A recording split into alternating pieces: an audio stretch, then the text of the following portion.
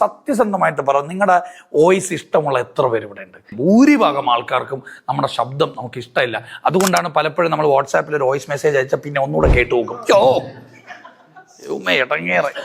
എന്നിട്ട് നമ്മൾ എന്ത് ചെയ്യും? സ്പീഡൊക്കെ ഒന്ന് കൂട്ടി കേട്ട് നോക്കും, എങ്ങാനും ഒന്നുകൂടെ നന്നായാലോ. എന്നിട്ട് നമ്മൾ ഡിലീറ്റ് ചെയ്യും. നമുക്ക് നമ്മുടെ വോയിസ് ഇഷ്ടമില്ലെങ്കിൽ നമ്മളെ കേൾക്കുന്ന ആൾക്കാരുടെ അവസ്ഥ ഒന്ന് ആലോചിച്ച് നോക്കി. ഗതികേടായിരിക്കില്ലേ? ആദ്യം നമ്മുടെ വോയിസ് നമ്മൾ ഇഷ്ടപ്പെടണം. എന്നെ സോഷ്യൽ മീഡിയയിൽ എന്നെ ഇഷ്ടപ്പെടുന്നവർക്കും ഇഷ്ടപ്പെടാത്തവർക്കും ഒരൊറ്റ കാരണമേ ഉള്ളൂ, എൻ്റെ ഈ പാറയിൽ ഒരൊറ്റ ശബ്ദമാണ്. എനിക്ക് കിട്ടുന്ന തെറി മൊത്തം അതാണ്. ഇവൻ ആറട, ഇവൻ ശബ്ദം കേൾക്കുമ്പോഴേ ഇങ്ങനെ പറയുന്ന കുറേ കമൻസ് ഉണ്ടാവും ഹേറ്റേഴ്സിൻ്റെ. എന്നെ ഇഷ്ടമുള്ളവരും പറയും, ആ ചേട്ടൻ്റെ സൗണ്ട് കേട്ടാൽ നമുക്ക് ആളെ തിരിച്ചറിയാൻ പറ്റും, വോയിസ് വെച്ചിട്ട് റെക്കഗ്നൈസ് ചെയ്യും. Voice is actually A personality. Imagine, നിങ്ങൾ റോഡിലൂടെ പോവാണ്, ഓപ്പോസിറ്റ് സൈഡിൽ ഒരു പോലീസ് ഓഫീസർ നിൽക്കാണ്. ഏത് മറ്റേ സൈക്കിളിൽ പോകുമ്പോ പറയല്ലേ, നിന്റെ അച്ഛൻ എവിടെയാണോ എന്നൊക്കെ ചോദിച്ച പോലെ.